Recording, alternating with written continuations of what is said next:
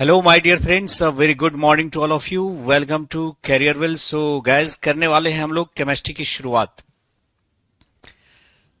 तो केमिस्ट्री में जो हम पहला टॉपिक लेने वाले हैं वो है एटॉमिक स्ट्रक्चर। लेकिन उससे पहले हम बताते हैं आपको कि केमिस्ट्री में हमें क्या क्या पढ़ना है और किस अंदाज में पढ़ना है, ताकि आप जो भी एग्जाम देने जा रहे हो, चाहे वो सीजीएल का एग्जाम हो, सीडीएस का एग्जाम हो, किसी भी कॉम्पिटेटिव एग्जाम, कोई भी कॉम्पिटेटिव एग्जाम हो, वनडे एग्जाम, उसके सवाल आपसे बन जाएं। तो आज हम केमिस्ट्री का पहला टॉपिक शुरू करेंगे। टॉपिक का नाम आपके सामने दिख रहा होगा, एटॉमिक स्ट्रक्चर। लेकिन किस अंदाज में और किस सिलसिले को रखकर हम लोग पढ़ेंगे, उस टॉपिक को हम पहले डिस्कस करना चाहेंगे। सिलेबस आपको बता देता हूं, लेकिन क्लास के आगाज से पहले मैं ये जानना चाहूंगा कि क्या हमारी आवाज और तस्वीर आप तक पहुंच रही है। Tell me, is everything okay? Am I audible and visible to all of you guys? ठीक है। ब्राइटनेस ज्यादा है क्या? सही है ब्राइटनेस। तो जिन लोगों की बायोलॉजी हो गई है उनके लिए केमिस्ट्री होगी, और जिनकी पहली क्लास है तो उनके लिए पहले केमिस्ट्री, और उसके बाद हम लोग डिस्कस करेंगे क्या, अपना बायोलॉजी। बायोलॉजी यानी जिस्म का अध्ययन। लेकिन कुछ पुराने बैचेस थे जिनमें केमिस्ट्री रह रही थी, तो उसको मद्देनजर रखते हुए उनकी पहली क्लास जो होगी वो केमिस्ट्री को होगी, और फिर केमिस्ट्री फिनिश हो जाने के बाद हम लोग स्टार्ट करेंगे क्या, बायोलॉजी स्टार्ट करेंगे। ठीक है। तो केमिस्ट्री और बायोलॉजी जो है मैं आपको डिस्कस करने वाला हूं, और फिजिक्स जो है वो अंकुर वशिष्ठ सर आपको पढ़ाएंगे। तो सबसे पहले हम बात करते हैं, ये जो केमिस्ट्री है वो किसका ब्रांच है, तो वो है साइंस का ब्रांच।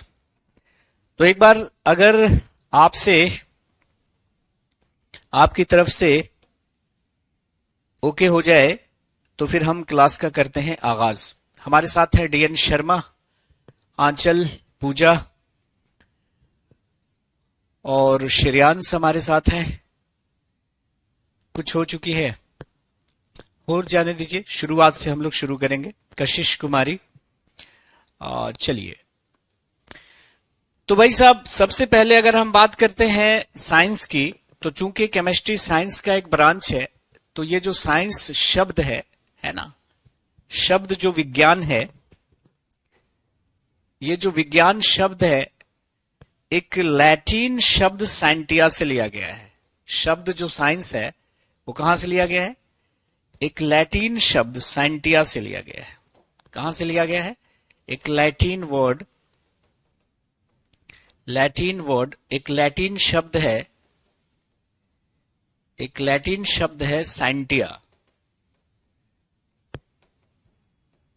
उससे लिया गया है ये शब्द साइंस। ठीक है जी। जिसका मतलब क्या होता है? जिसका मतलब होता है नॉलेज, यानी ज्ञान। सो आप लिख सकते हैं कि word science comes from a Latin word scientia which means knowledge. शब्द साइंस एक लैटिन शब्द साइंटिया से लिया गया है, जिसका अर्थ क्या है? जिसका अर्थ है ज्ञान। तो मतलब साइंस में सिर्फ ज्ञान की बातें होती हैं, वाहियात बातें नहीं होती। तो शब्द साइंस, शब्द विज्ञान एक लैटिन शब्द साइंटिया से लिया गया है, जिसका मतलब क्या होता है? ज्ञान होता है, ज्ञान होता है। ठीक है। तो इसमें सिर्फ और सिर्फ ज्ञान की बातें होने वाली हैं। ठीक है। चलिए, ब्राइटनेस ज्यादा लग रही है, दिख रहा है जो स्लाइड पे लिखा हुआ है? सही। अब देखिए, अगर हम बात करते हैं ब्रांचेस ऑफ साइंस, विज्ञान की शाखाएं, किसकी? Branches of science, branches of science, विज्ञान की शाखाएं, विज्ञान की शाखाएं।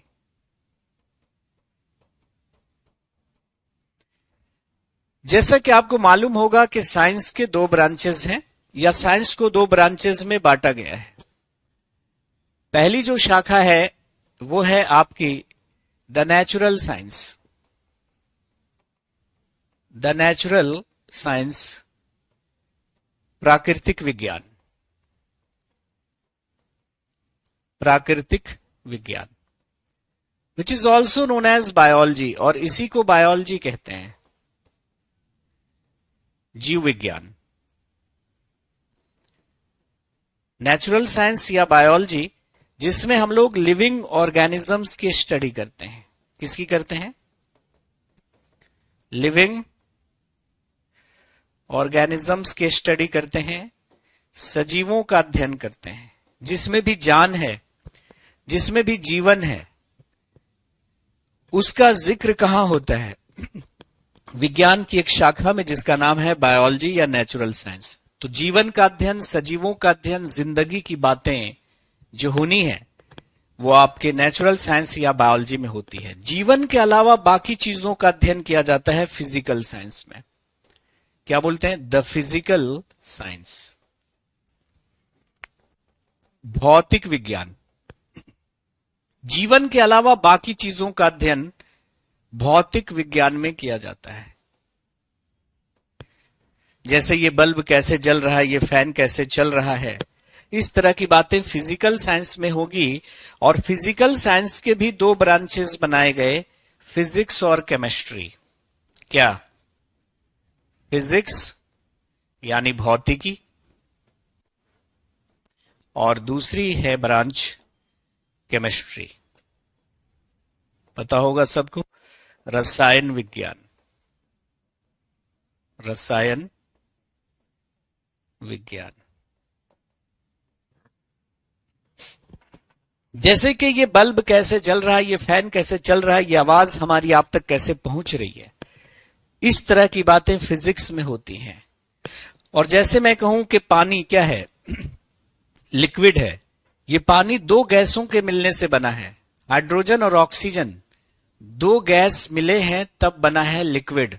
उस लिक्विड का नाम है वाटर। वाटर लिक्विड क्यों है ना? वाटर की डेंसिटी मैक्सिमम किस टेम्परेचर पे होती है, क्यों होती है, इस तरह की बातों का जिक्र जो होता है वो केमिस्ट्री में होता है। ठीक है, तो हम लोग जो पढ़ने वाले हैं अभी, जो ब्रांच साइंस का, वो हम लोग स्टार्ट करने वाले हैं केमिस्ट्री। कोई शक किसी को? ब्राइटनेस ज्यादा लग रही है? अच्छा, इसको अभी कम करते हैं। ठीक है जी।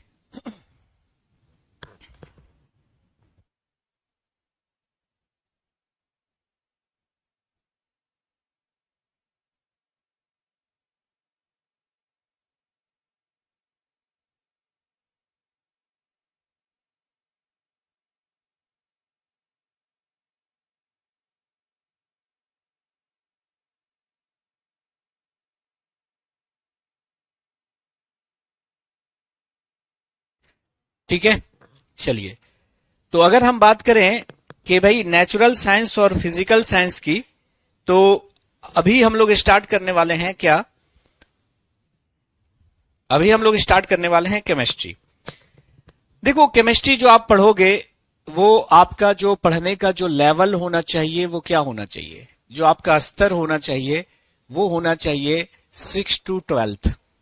क्या होना चाहिए? 6 to 12th। लेकिन अगर आप 6 to 10th पढ़ते हैं तो आपके सारे क्वेश्चंस नहीं बनेंगे। हर टॉपिक में हम स्टार्ट करेंगे 6th क्लास से और अपना लेवल बढ़ाते बढ़ाते 11th और 12th तक चलेंगे। जो हम लोग बुक फॉलो करेंगे पढ़ने के लिए वो हमारी होगी एनसीईआरटी। एनसीईआरटी का दामन नहीं छोड़ेंगे, प्लस अदर्स जो बुक्स हैं उसको लेकर चलेंगे, है ना। तो ये हमारा होगा बुक पढ़ने का, यानी सबसे पहले हम एनसीईआरटी के दामन को पकड़े हुए चलेंगे, उसके बाद ही दूसरी किताबों का उसमें एडिशन करेंगे। अगर हम बात करते हैं क्लास की, तो क्लास बिल्कुल बाइलिंगुअल होने वाली है आपकी। बाइलिंगुअल होगी, हिंदी और इंग्लिश दोनों मीडियम में होगी, किसी को कोई दिक्कत नहीं होगी। जैसा कि आपको मालूम ही होगा कि जो हम लोग यहाँ पे डिस्कस कर रहे हैं इसकी पीएनजी आपको मिल जाती है, तो नोट्स बनाने का जहां तक सवाल है तो आप हमारे साथ साथ बना सकते हैं नोट्स, या फिर ये जो पीएनजी अपलोड कर दी जाती है उससे नोट्स बना लीजिए, या ये जो हमारी जो अभी जो क्लास होनी है उसकी वीडियो रिकॉर्डिंग भी आपको प्रोवाइड की जाती है ऐप पर, तो उसको फास्ट फॉरवर्ड करके बना लीजिए। तो नोट्स बनाने का अपना अपना तरीका होता है ना, सब पर एक रूल अप्लाई नहीं होता है। सब कुछ लोग क्लास के साथ साथ लिखने में कंफर्टेबल होते हैं, कुछ जो है कि क्लास के समय वो सिर्फ क्लास की तरफ ध्यान देते हैं, नोट्स बाद में बनाते हैं। तो अपना अपना तरीका है, जिस तरीके में आप कंफर्टेबल महसूस करते हैं वो तरीका आप इस्तेमाल करें। उसके बाद अगर हम ड्यूरेशन की बात करें, ड्यूरेशन की, तो ड्यूरेशन में अगर हम बोले तो कम से कम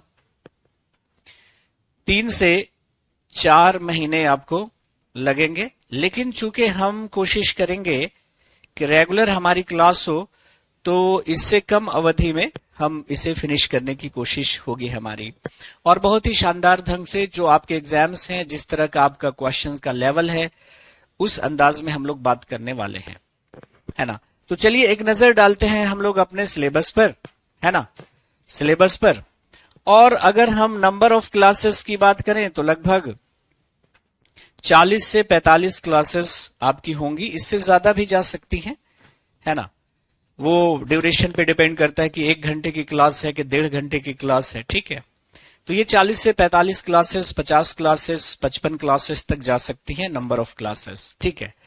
तो अगर हम बात करें, सबसे पहला जो टॉपिक हम लोग देखेंगे वो हम लोग देखेंगे एटॉमिक स्ट्रक्चर। क्या देखेंगे? एटॉमिक स्ट्रक्चर, परमाणु संरचना। ये हमारा पहला टॉपिक होगा जिसमें हम एटम के बारे में बात करेंगे, है ना, एटम के बारे में बात करेंगे, क्योंकि एटम आपको समझ में आता है तभी केमिस्ट्री आपको समझ में आती है। दूसरा जो हमारा टॉपिक होने वाला है वो होने वाला है न्यूक्लियर रिएक्शंस। क्या होने वाला है? न्यूक्लियर रिएक्शंस, नाभिकीय अभिक्रियाएं। ये हमारा दूसरा टॉपिक होगा, नाभिकीय अभिक्रियाएं, जिसमें हम न्यूक्लियर फ्यूजन की बात करेंगे, न्यूक्लियर फ्यूजन की बात करेंगे, atomic bomb, hydrogen bomb, nuclear reactor, इस तरह की बातों का जिक्र होगा, है ना। तो न्यूक्लियर रिएक्शंस में ही हम फ्यूजन की बात करेंगे, फ्यूजन की बात करेंगे, हाइड्रोजन बॉम्ब की बात करेंगे, एटम बॉम्ब की बात करेंगे, परमाणु भट्टियों के बारे में बात करेंगे, जहां से ढेर सारे सवाल आपके एग्जाम्स में होते हैं। तीसरा जो हमारा टॉपिक होने वाला है वो होने वाला है रेडियो एक्टिविटी, जो कि बहुत इंपॉर्टेंट होता है। रेडियो सक्रियता, रेडियो सक्रियता, जिसमें अल्फा, बीटा, गामा रेज वगैरह की बातें होंगी, उनकी प्रॉपर्टीज की बातें होंगी, natural radio activity, artificial radio activity की बातें होंगी। हाँ, कंप्लीट केमिस्ट्री कवर होगी, घबराइए मत, पूरा का पूरा हम पढ़ेंगे। रेलवे हो, चाहे सीडीएस हो, सीजीएल हो, जो भी एग्जाम आपका वनडे एग्जाम है, उस लेवल को हम मेंटेन करके चलेंगे। आप हमारे ऊपर छोड़ दीजिए, घबराइए बिल्कुल भी नहीं, ठीक है। और कोशिश होगी कि डेली क्लास हो और काफी बढ़िया लेवल से हम लोग बात करें, है ना, डिटेल में बात करें। तो अगला जो हमारा टॉपिक होगा वो होगा आपका रेडियो एक्टिविटी। रेडियो एक्टिविटी के बाद हम लोग बात करेंगे बहुत ही important topic, acids, bases and salts, अम्ल, क्षारक एवं लवण, अम्ल, क्षारक एवं लवण, या अम्ल, क्षार, लवण भी बोल सकते हैं। तो ये हमारा होने वाला है क्या? Acids, bases and salt. तो एसिड, बेसिस एंड सॉल्ट अपने आप में काफी बड़ा टॉपिक होगा, है ना। इसमें एसिड्स के बारे में बात होगी, बेसिस के बारे में बात होगी, सॉल्ट्स के बारे में बात होगी, डिफरेंट टाइप्स के सॉल्ट्स की बात होगी, डिफरेंट टाइप्स के एसिड्स की बात होगी, है ना, कि भाई ऑर्गेनिक एसिड, इनऑर्गेनिक एसिड, जिसको मिनरल एसिड भी कहते हैं, monoprotonic acid, diprotic acid, polyprotic acid, इस तरह की हम लोग बातें करेंगे। स्ट्रॉन्ग एसिड, वीक एसिड, इस तरह की बातें होंगी। पीएच स्केल की बातें होंगी, न्यूट्रलाइजेशन रिएक्शन की बातें होंगी, एप्लीकेशन ऑफ न्यूट्रलाइजेशन रिएक्शन। तो इसमें कई टॉपिक्स आपके छुपे हुए होंगे। तो हमारा एटॉमिक स्ट्रक्चर होगा, फिर न्यूक्लियर रिएक्शंस होंगे, फिर रेडियो एक्टिविटी हम लोग पढ़ेंगे, फिर एसिड बेसिस एंड सॉल्ट की बातें होंगी। अगला जो हमारा टॉपिक होने वाला है वो होगा आपका कंबशन के बारे में, कंबशन के बारे में, दहन के बारे में। तो कंबशन एंड फ्लेम आपने देखा होगा, ये 8th क्लास की आपको केमिस्ट्री में मिलेगा, दहन एवं ज्वाला, है ना, कि किस तरह के कंबशन होते हैं, फ्लेम के कितने रीजन होते हैं, वहां से भी आप देखिएगा प्रीवियस ईयर में सवाल होगा। नेक्स्ट आपका होगा coal and petroleum, coal and petroleum, ये भी अपने आप में बहुत बड़ा टॉपिक होगा, कोयला एवं पेट्रोलियम, जिसमें हम डिस्ट्रक्टिव डिस्टिलेशन की बात करेंगे, फ्रैक्शनल डिस्टिलेशन की बात करेंगे, है ना, डिफरेंट टाइप्स के ईंधन की बात करेंगे, जैसे एलपीजी की बात होगी, सीएनजी की बात होगी, कोल गैस की बात होगी, प्रोड्यूसर गैस की बातें होंगी, है ना। तो जितने तरह के जो फ्यूल हैं, पेट्रोलियम को कैसे निकाला जाता है, पेट्रोलियम का जब हम डिस्ट्रक्टिव डिस्टिलेशन करते हैं तो उसके प्रोडक्ट्स क्या मिलते हैं, पेट्रोलियम का अगर हम फ्रैक्शनल डिस्टिलेशन करते हैं तो उसके प्रोडक्ट्स क्या क्या होंगे, कितने टेम्परेचर पे वो एक्सट्रैक्ट होंगे, कोयले का जो कोयले को अगर हम ऑक्सीजन के एब्सेंस में गर्म करते हैं तो उसको कहा जाता है डिस्ट्रक्टिव डिस्टिलेशन, भंजक आसवन, उसके क्या प्रोडक्ट्स होंगे, उन प्रोडक्ट्स की प्रॉपर्टीज के बारे में हम लोग बात करेंगे काफी डिटेल से। उसके बाद हमारा जो टॉपिक होने वाला है कोल एंड पेट्रोलियम के बाद, वो हमारा होगा पॉलीमर्स। क्या होगा हमारा? पॉलीमर्स यानी बहुलक, बहुलक के बारे में हम लोग बात करेंगे, है ना, बहुलक के बारे में हम लोग बात करेंगे कि भाई पॉलीमर्स क्या होते हैं, कितने तरह के पॉलीमर्स होते हैं, है ना। उसके बाद हम लोग बात करेंगे फाइबर्स की बात करेंगे, फाइबर्स यानी रेशे की बात करेंगे, कितने तरह के रेशे होते हैं, नेचुरल फाइबर, सिंथेटिक फाइबर, जैसे नायलॉन, नैनॉन, 6 है ना। उसके बाद हमारी बातें होंगी प्लास्टिक के बारे में, प्लास्टिक्स के बारे में, प्लास्टिक, प्लास्टिक कितने तरह के होते हैं, थर्मोप्लास्टिक क्या होता है, थर्मोसेटिंग प्लास्टिक क्या होते हैं, है ना, थर्मोसेटिंग प्लास्टिक्स क्या क्या होते हैं, इन सब के बारे में हम लोग बात करेंगे। तो क्या बातें होंगी, पॉलीमर्स के बारे में बातें होंगी, फाइबर्स के बारे में बातें होंगी, प्लास्टिक के बारे में बातें होंगी।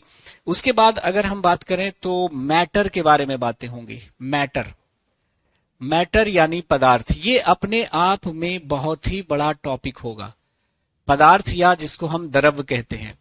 इसी में हम बात करेंगे मेटल्स की, नॉन मेटल्स की, मेटलॉइड्स की, मिक्सचर की, टाइप्स ऑफ मिक्सचर्स की, कोलॉइड की। तो इसमें कम से कम 5 से 6 टॉपिक छुपे हुए हैं। तो मैटर में हम लोग बात करेंगे किसकी? मेटल्स की। इसी में बात होगी धातु की, इसी में बात होगी नॉन मेटल्स की, इन सब के गुण को।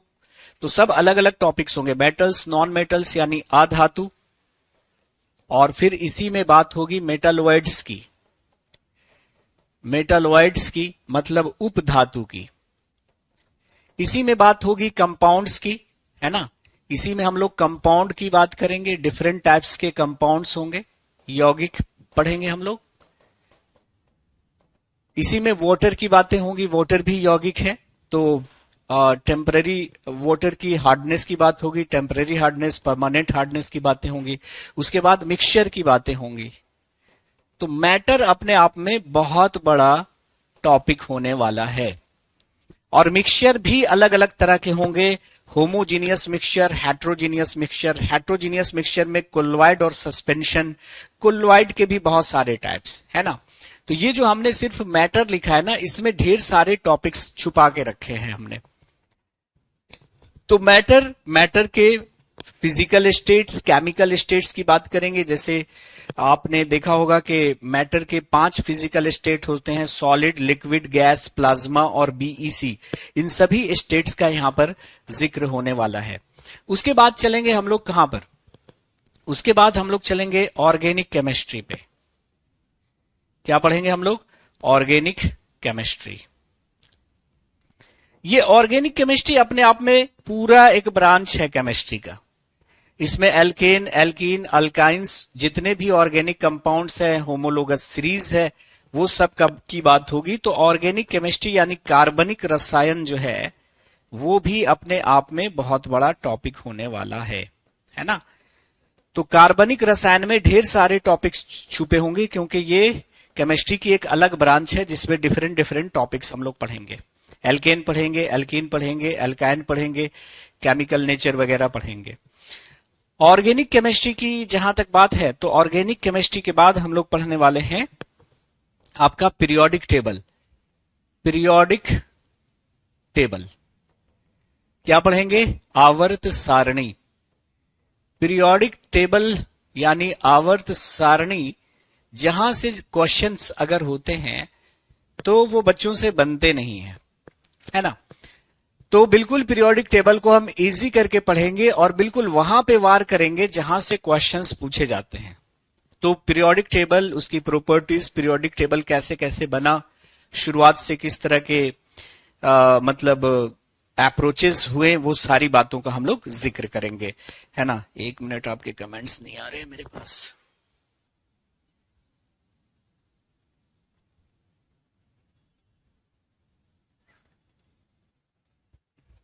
ठीक है। पीरियोडिक टेबल के बाद जो हमारा होगा 13वां जो टॉपिक होने वाला है, यानी वैसे तो टॉपिक बहुत हो गए, हमने इसको कम कर दिया। जैसे मैटर में ही आपका मेटल्स है, नॉन मेटल्स है, मेटलॉइड्स है, कंपाउंड है, मिक्सचर है, और मिक्सचर के भी कई टाइप्स हैं। तो इसको हमने इसी में कम से कम 4-5 टॉपिक है, तो थोड़ा सा आपको आसान लगेगा देखने में, इसलिए हमने कम कर दिया है टॉपिक को। पीरियोडिक टेबल के बाद जो हमारा होगा वो होगा इन्वायरमेंटल केमिस्ट्री, जो 11th क्लास का टॉपिक है। इन्वायरमेंटल केमिस्ट्री, जिसमें हम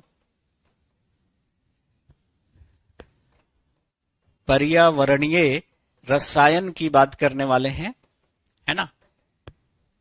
इन्वायरमेंटल केमिस्ट्री, जिसमें हम लोग बात करेंगे पोल्यूशन वगैरह की, उसके बाद ओजोन डिप्लीशन की, उसके बाद क्योटो प्रोटोकॉल, मॉन्ट्रियल प्रोटोकॉल, उसके बाद हम लोग डिफरेंट टाइप के स्मॉग की बात करेंगे, फोटोकेमिकल स्मॉग, है ना।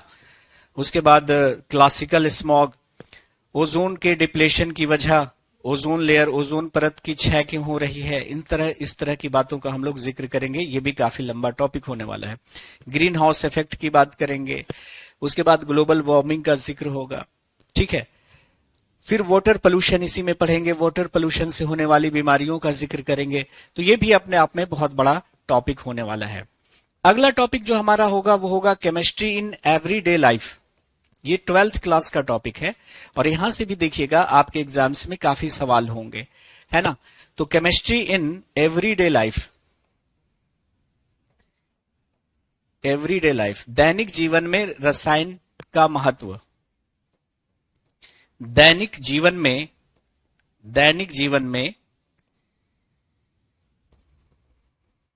रसायन शास्त्र का महत्व। तो ये हमारा होगा सिलेबस, जिसको हम डिस्कस करेंगे एक एक करके।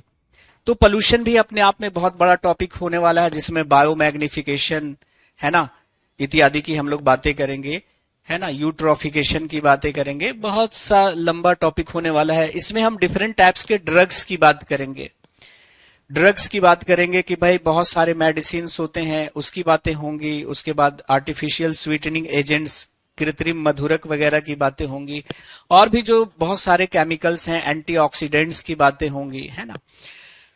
तो कई टॉपिक्स उसमें हमने छुपा रखे हैं, लेकिन आपको लग रहा होगा कि ये 14 ही टॉपिक है, लेकिन जब आप पढ़ेंगे तो देखिएगा कि टॉपिक्स निकलते चले आएंगे।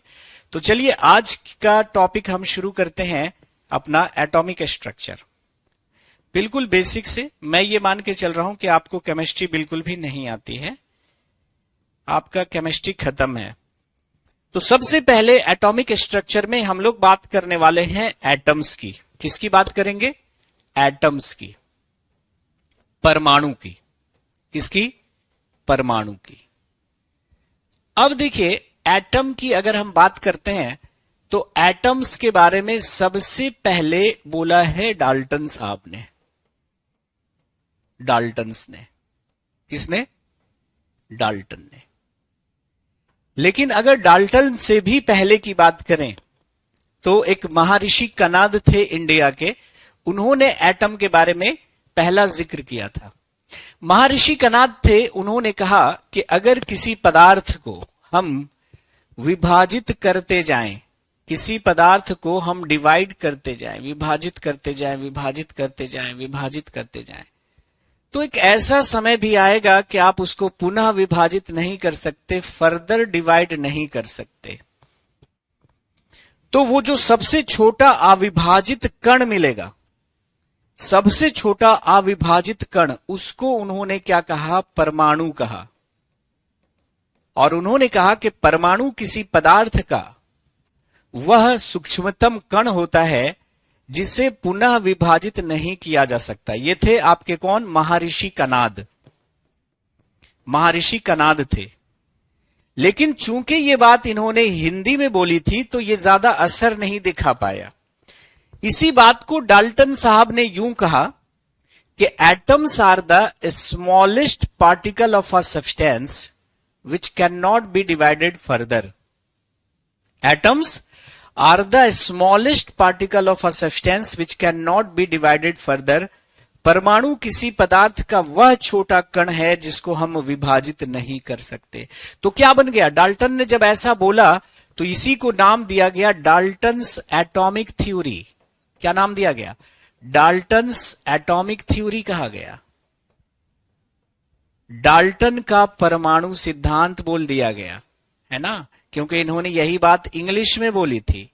डाल्टन का परमाणु सिद्धांत कहा गया। क्या बोला उन्होंने? महर्षि कनाद ने क्या बोला था कि परमाणु किसी पदार्थ का वह सूक्ष्मतम कण है जिसे विभाजित नहीं कर सकते। हिंदी में बोला इन्होंने। इसी बात को डाल्टन ने कैसे बोला? इंग्लिश में बोला कि atoms are the smallest particle of a substance which can not be divided further. Atom किसी पदार्थ का वह सूक्ष्मतम कण है जिसको पुनः विभाजित नहीं किया जा सकता। तो ये बन गया आपका डाल्टन का परमाणु सिद्धांत। तो यहीं से हम लोग बात की शुरुआत करते हैं। डाल्टन के परमाणु सिद्धांत में डाल्टन ने क्या क्या बोला? तो डाल्टन ने कहा कि परमाणु सबसे छोटा कण होता है जिसको विभाजित नहीं कर सकते। सही के गलत? गलत कहा था उन्होंने। हम परमाणु को भी विभाजित कर सकते हैं। दूसरी बात इन्होंने डाल्टन के परमाणु सिद्धांत में यह कही कि देखो, किसी भी तत्व के सारे परमाणु एक जैसे होते हैं। तत्व के बारे में हम बात करेंगे आगे, लेकिन आप थोड़ा सा कॉन्सेप्ट लिख लीजिए कि एलिमेंट क्या होता है, क्योंकि यह शब्द इस्तेमाल होने वाला है अभी डाल्टन के परमाणु सिद्धांत में, है ना। तत्व क्या होता है, एलिमेंट क्या होता है? तो वह पदार्थ, वह सब्सटेंस जो एक ही प्रकार के परमाणुओं से मिलकर बनता है, जिसमें सिर्फ एक ही प्रकार के परमाणु हो, उसको एटम कहते हैं। क्या कहते हैं? सॉरी, तत्व कहते हैं। तो तत्व क्या होता है? एलिमेंट्स वो पदार्थ होते हैं जो एक ही प्रकार के परमाणुओं से मिलकर बने होते हैं। तो elements are the substance which are composed of only one kind of atom। जैसे अगर मैं कहूं कि यह आयरन का तत्व है, आयरन का एलिमेंट है, बात समझिएगा। मैं कह रहा हूं कि भाई ये आयरन का तत्व है। What does it mean? इसका मतलब क्या है? इसमें केवल और केवल आयरन के एटम होंगे, आयरन के एटम होंगे। तो वह पदार्थ जो केवल एक ही प्रकार के परमाणुओं से मिलकर बनता है, एक ही प्रकार के परमाणुओं से मिलकर बना हो, ऐसे पदार्थों को, ऐसे सब्सटेंसेस को हम एलिमेंट कहेंगे। ये क्या है? Atoms of iron. Atoms of iron, लोहे के परमाणु। वह पदार्थ जो केवल एक ही प्रकार के परमाणुओं से मिलकर बनता है उसे एलिमेंट कहते हैं। जैसे अगर मैं कहूं कि भाई साहब ये जो है कॉपर का तत्व है, जैसे मैं कहूं ये कॉपर का तत्व है, कॉपर का तत्व है, इसका मतलब क्या है? इसमें सिर्फ और सिर्फ कॉपर के परमाणु होंगे, सिर्फ कॉपर के परमाणु होंगे। Copper, copper, copper, copper, copper, copper, copper, copper. तो वह पदार्थ जो एक ही प्रकार के, जिसके बारे में आगे हम लोग डिटेल से काफी बात करेंगे, अभी कॉन्सेप्ट के लिए जान लीजिए कि एलिमेंट का मतलब क्या है। वह पदार्थ जो केवल एक ही प्रकार के परमाणुओं से मिलकर बना हो, है ना। जैसे मैं कहूं कि ये आयरन का तत्व है, इसका मतलब इसमें सिर्फ आयरन के एटम होंगे। मैं कहूं कॉपर का तत्व है, इसका मतलब सिर्फ कॉपर के परमाणु होंगे, कॉपर के एटम होंगे। तो डाल्टन साहब ने अपने परमाणु सिद्धांत में क्या बोला, उन्होंने कहा कि किसी पदार्थ को, किसी सब्सटेंस को अगर हम तोड़ते जाएं, तोड़ते जाएं, तोड़ते जाएं, तो एक ऐसा समय आएगा कि फिर फर्दर उसको हम डिवाइड नहीं कर सकते। तो किसी पदार्थ का जो सबसे छोटा अविभाज्य कण होगा, इंडिविजिबल पार्टिकल होगा, उसको उन्होंने एटम कहा। तो उन्होंने कहा कि एटम को पुनः विभाजित नहीं किया जा सकता और ये किसी पदार्थ का सबसे छोटा कण होता है। दूसरी बात उन्होंने कही, किसी तत्व के सारे परमाणु हर मामले में एक जैसे होते हैं, है ना। किसी तत्व के सारे परमाणु एक जैसे होते हैं, ठीक है। तो ये डाल्टन परमाणु के कुछ सिद्धांत के आपके पॉइंट्स हमने यहां पे लिखे हैं। देखिए, पहला क्या बोलता है डाल्टन परमाणु सिद्धांत के मुख्य बिंदु। पहला क्या बोलता है कि everything is composed of atoms. दुनिया का हर कुछ किसका बना हुआ है, एटम का बना हुआ है। हमारा शरीर, ये ब्रह्मांड, जैसे शरीर की जो इकाई है वो कोशिका है, कोशिका को भी तोड़ दें तो वहां से नॉन लिविंग थिंग बनता है, और उसकी इकाई क्या है, तो एटम है ना। सबसे छोटी इकाई उन्होंने कहा कि एटम है। और उन्होंने कहा कि एटम्स इंडिविजिबल होते हैं, और एटम जो है ना तो क्रिएट किया जाता है ना ही डिस्ट्रॉय किया जाता है। तो सभी पदार्थ या द्रव सूक्ष्म कणों से मिलकर बने होते हैं, जिन्हें परमाणु कहते हैं, और परमाणु को विभाजित नहीं किया जा सकता। ये मैं नहीं कह रहा हूं, मेरे पे इल्जाम मत लगाइए, ये डाल्टन साहब ने बोला था कि सभी द्रव या सभी पदार्थ सूक्ष्म कणों से मिलकर बने होते हैं, जिन्हें परमाणु कहते हैं, और परमाणु को हम विभाजित नहीं कर सकते। फिर उन्होंने ये बात भी देखो गलत बोली कि सारे तत्व के सारे एटम एक जैसे होते हैं। तो किसी भी तत्व के सभी परमाणु एक जैसे होते हैं हर मामले में, ये भी गलत था, ये भी गलत था, है ना। अभी उसको एक्सप्लेन करते हैं। फिर बोलता है कि the atoms of different elements, अलग अलग तत्व के परमाणु क्या होंगे, अलग अलग होंगे। ये बात उनकी सही थी कि भाई तत्व अलग अलग हैं तो उनके परमाणु भी अलग अलग होंगे। जैसे आयरन का तत्व है तो उसमें आयरन के परमाणु होंगे, कॉपर का तत्व है तो कॉपर के परमाणु होंगे। ये बात उनकी ठीक थी कि भिन्न भिन्न तत्वों के परमाणु भिन्न भिन्न होते हैं। उसके बाद उन्होंने कहा कि यौगिकों का निर्माण परमाणुओं के विभिन्न पूर्ण संख्या संयोजन द्वारा होते हैं।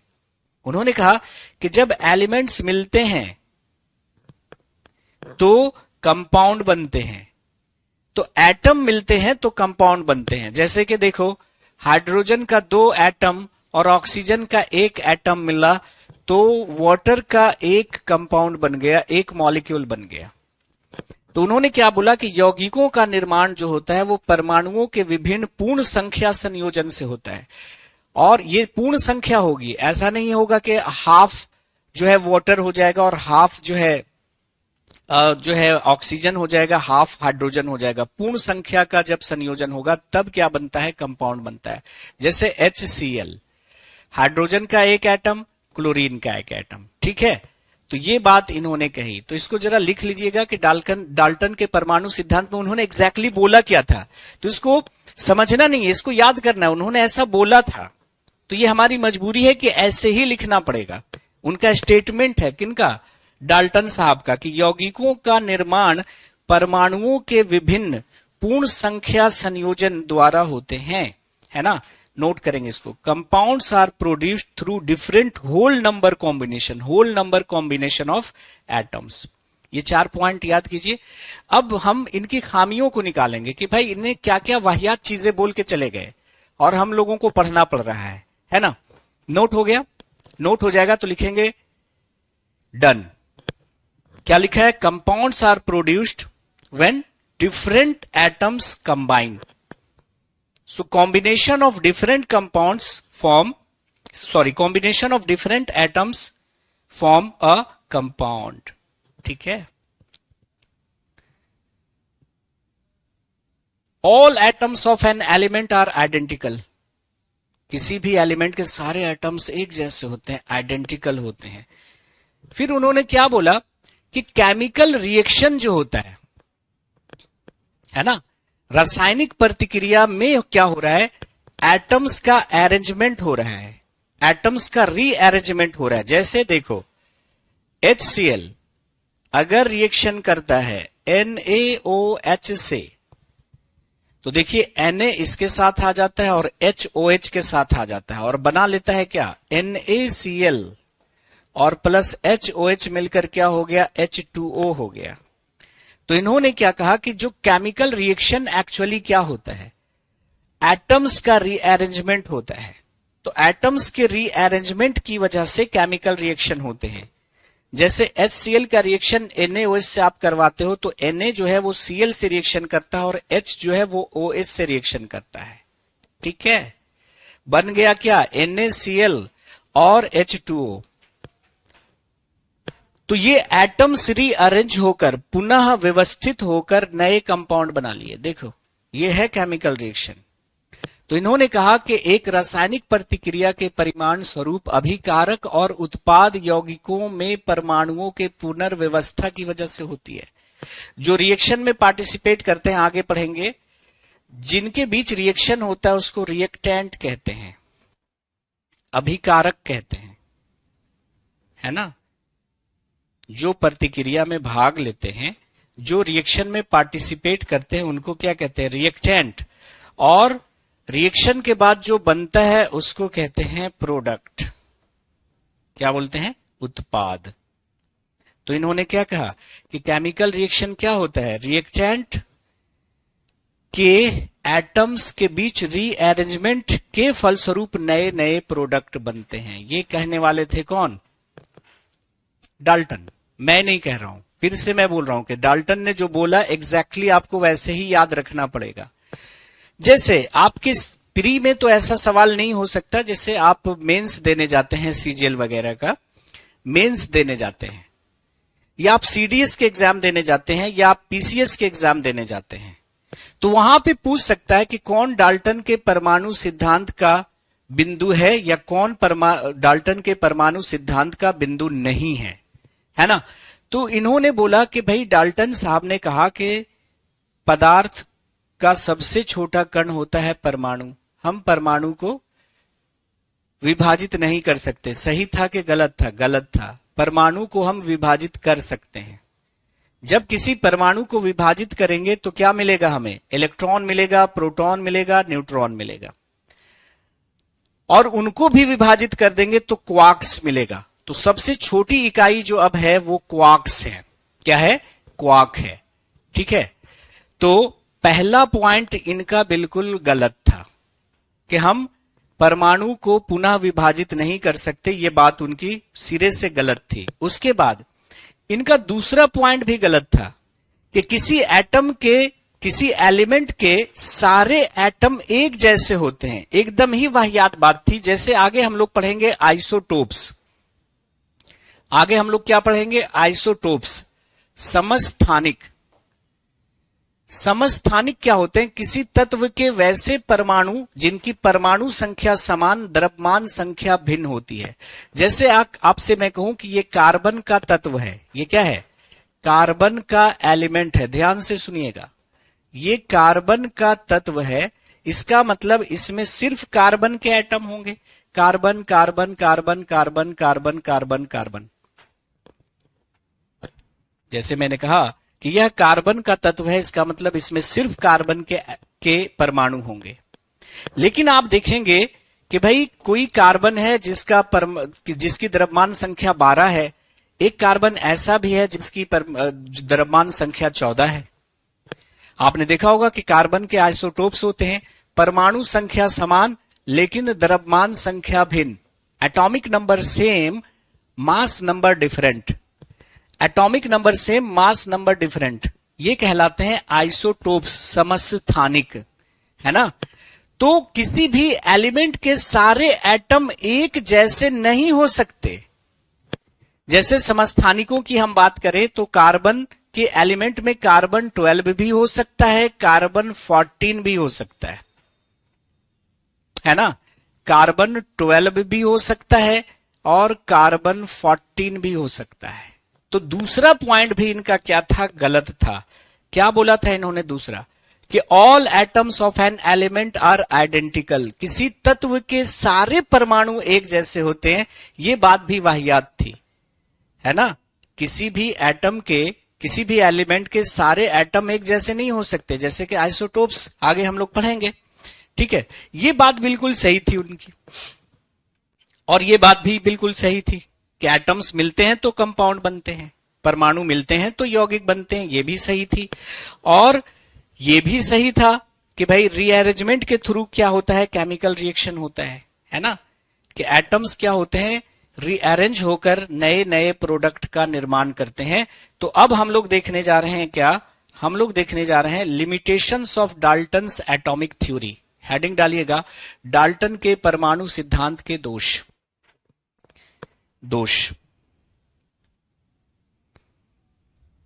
तो थोड़ा सा इंट्रोडक्शन, हम बेसिक बातें अभी पढ़ रहे हैं, फिर हम अपना लेवल बढ़ाते हुए आगे बढ़ेंगे 11th और 12th पे।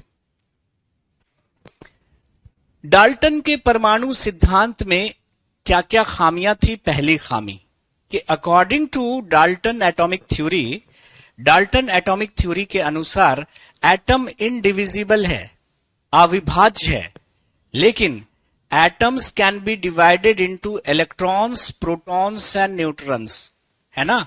एटम को अगर हम डिवाइड करते हैं, एटम को अगर हम परमाणु को विभाजित करते हैं तो हमें क्या क्या मिलते हैं, इलेक्ट्रॉन्स मिलते हैं, प्रोटॉन्स मिलते हैं, न्यूट्रॉन्स मिलते हैं। तो डाल्टन साहब का ऐसा कहना कि परमाणु अविभाज्य है, एटम इंडिविजिबल है, ये सिरे से वाहियात बात थी। तब लोगों ने कहा कि भाई इलेक्ट्रॉन, प्रोटॉन और न्यूट्रॉन में हमने एटम को बांट दिया, अब विभाजन मुमकिन नहीं है। ये सबसे छोटा कण है इलेक्ट्रॉन, प्रोटॉन और न्यूट्रॉन, लेकिन आप जानते हैं कि इनको भी विभाजित हम करेंगे तो क्या मिलेगा, क्वार्क्स मिलते हैं। क्या मिलते हैं, क्वार्क। तो अगर अभी पूछा जाए कि सबसे छोटा कण जो है ब्रह्मांड का, कायनात का, वो कौन है, तो आपका क्वार्क है। क्या है, क्वार्क। तो ये पहली खामी थी कि डाल्टन साहब ने बोला कि हम परमाणु को विभाजित नहीं कर सकते, लेकिन हम भाई परमाणु को विभाजित कर सकते हैं। तो डाल्टन के परमाणु सिद्धांत के अनुसार परमाणु अविभाज्य है, लेकिन परमाणु को इलेक्ट्रॉन, प्रोटॉन और न्यूट्रॉन में तोड़ा जा सकता है। फिर उन्होंने कहा कि भाई किसी भी एलिमेंट के सारे एटम हर मामले में एक जैसे होते हैं, मतलब उनकी परमाणु संख्या सेम होगी, द्रव्यमान संख्या सेम होगी। लेकिन समस्थानिकों की अगर हम बात करें तो एक ही एलिमेंट में जो परमाणु हैं वो अलग अलग हो सकते हैं, उनका मास नंबर चेंज कर सकता है। जैसे कार्बन 12 और कार्बन 14 दोनों एटम सेम ही है, दोनों कार्बन के एटम है, एक की परमाणु से, एक का परमाणु भार जो है, एक का एटॉमिक मास कितना है, 12 है, दूसरे का 14 है। तो देखो, why do atoms of the same element have different masses, example isotope, है ना। तो एक ही तत्व के परमाणु का द्रव्यमान भिन्न भिन्न हो सकता है, जैसे कि समस्थानिक। पर उन्होंने कहा कि नहीं, किसी तत्व के सारे परमाणु हर मामले में एक जैसे होते हैं। तो ये दो खामियां तो बिल्कुल ऐसे थी जिसको स्वीकार नहीं किया जा सकता था, है ना। निहायत ही गलत बातें इन्होंने कही थी। तो ये दो चीजें आपने देखी कि भाई परमाणु सिद्धांत में बिल्कुल गलत कही गई थी, गलत कही गई थी। देख लो, कमेंट नहीं आ रहा।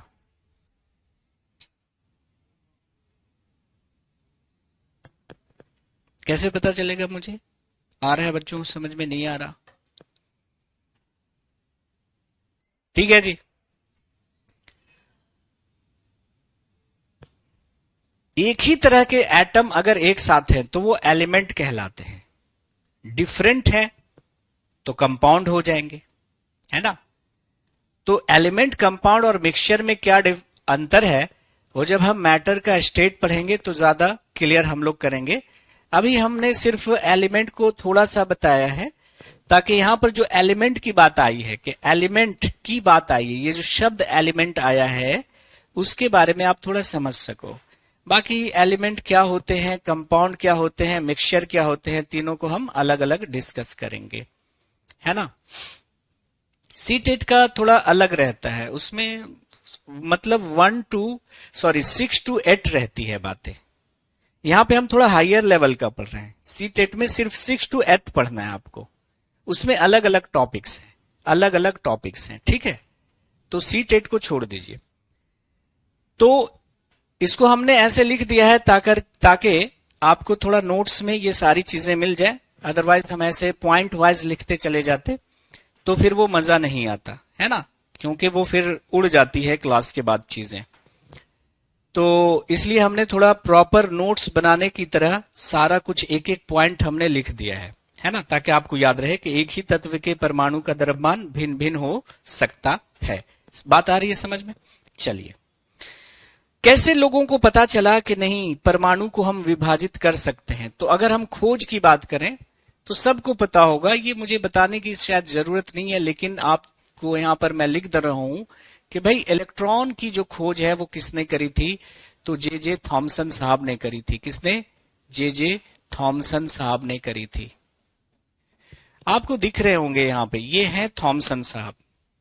लेकिन वहीं पे अगर प्रोटॉन की बात होती है तो यहां पे देखो बच्चों को कंफ्यूजन आ जाता है। काफी जगह आपको लिखा मिलेगा रदरफोर्ड। रदरफोर्ड को आप इग्नोर करिएगा। ई गोल्डस्टीन साहब ने प्रोटॉन को खोजा था, जिसकी तस्वीर मैंने यहां पे लगा रखी है। तो तस्वीर इसलिए लगा रखी है ताकि थोड़ा आपके दिमाग में सेट हो जाए। तो ई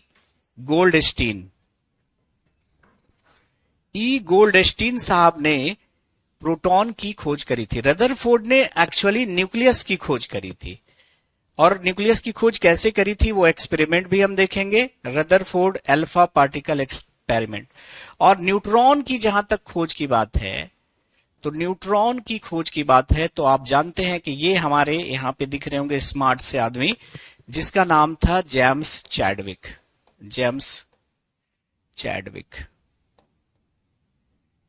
तो जेम्स चैडविक साहब ने न्यूट्रॉन की खोज करी थी। तो जब इलेक्ट्रॉन, प्रोटॉन और न्यूट्रॉन की खोज हो गई, तब लोगों ने कहा कि भाई डाल्टन साहब तो गलत बात कह रहे थे, हम परमाणु को भी तोड़ सकते हैं। और परमाणु को जब तोड़ेंगे तो हमें इलेक्ट्रॉन, प्रोटॉन और न्यूट्रॉन मिलेगा, और इनको भी तोड़ेंगे तो हमें क्वार्क्स मिलेंगे। क्या मिलेंगे? क्वार्क मिलेंगे। तो ये आज इंट्रोडक्शन की क्लास थी। नेक्स्ट क्लास में हम परमाणु के संरचना की बातें करेंगे। ये थोड़ा सा बेसिक चीज हमने डिस्कस किया है एटम के बारे में, है ना, डाल्टन्स एटॉमिक थ्योरी के बारे में। नेक्स्ट क्लास में हम देखेंगे कि परमाणु इलेक्ट्रॉन, प्रोटॉन और न्यूट्रॉन का बना होता है, तो ये भाई कैसे रहता है एटम में, कैसे व्यवस्थित रहता है, ये परमाणु की संरचना क्या होती होगी, इलेक्ट्रॉन, प्रोटॉन, न्यूट्रॉन परमाणु में कैसे अरेंज रहते होंगे, है ना। हाँ बिल्कुल सुबोध दास, सीडीएस एनडीए दोनों हो जाएगा, ठीक है। और बाकी उसके नीचे के जो एग्जाम है वो तो अपने आप कवर हो जाएंगे। तो जब हम ऊपर का लेवल लेके चल रहे हैं तो बाकी सीजीएल हो गया, सीएचएसएल हो गया, रेलवे के एग्जाम्स हो गए, जितने भी एग्जाम्स हो गए, पीसीएस के एग्जाम्स हो गए, वो तो कवर हो ही जाएंगे। बात आनी चाहिए समझ में। ओके, तो काफी डिटेल से हम लोग बात करेंगे, घबराइए मत आप। केमिस्ट्री में आपको प्रॉब्लम नहीं आएगी, और जो रटने वाली चीजें होंगी उसको भी हम लोग देख लेंगे, और जो कॉन्सेप्चुअल चीजें होंगी उसको भी हम लोग देख लेंगे। तो इलेक्ट्रॉन की खोज याद करने के जे थॉमसन साहब ने करी थी, प्रोटॉन की खोज गोल्डस्टीन साहब ने करी थी, न्यूट्रॉन की खोज जेम्स चैडविक साहब ने करी थी, है ना। तब लोगों को पता चल गया कि भाई एटम को हम तोड़ सकते हैं। और ये इनकी तस्वीरें हमने लगा रखी हैं ताकि थोड़ा आपको मजा आ जाए देखकर। इन शख्सियत के बारे में थोड़ा उसका चेहरा भी जानना जरूरी है। तो नेक्स्ट क्लास में होगी आप लोगों से मुलाकात। मिलते हैं अगले क्लास में परमाणु संरचना के साथ। Have a nice day, take care, bye bye, Jai Hind, thank you very much, C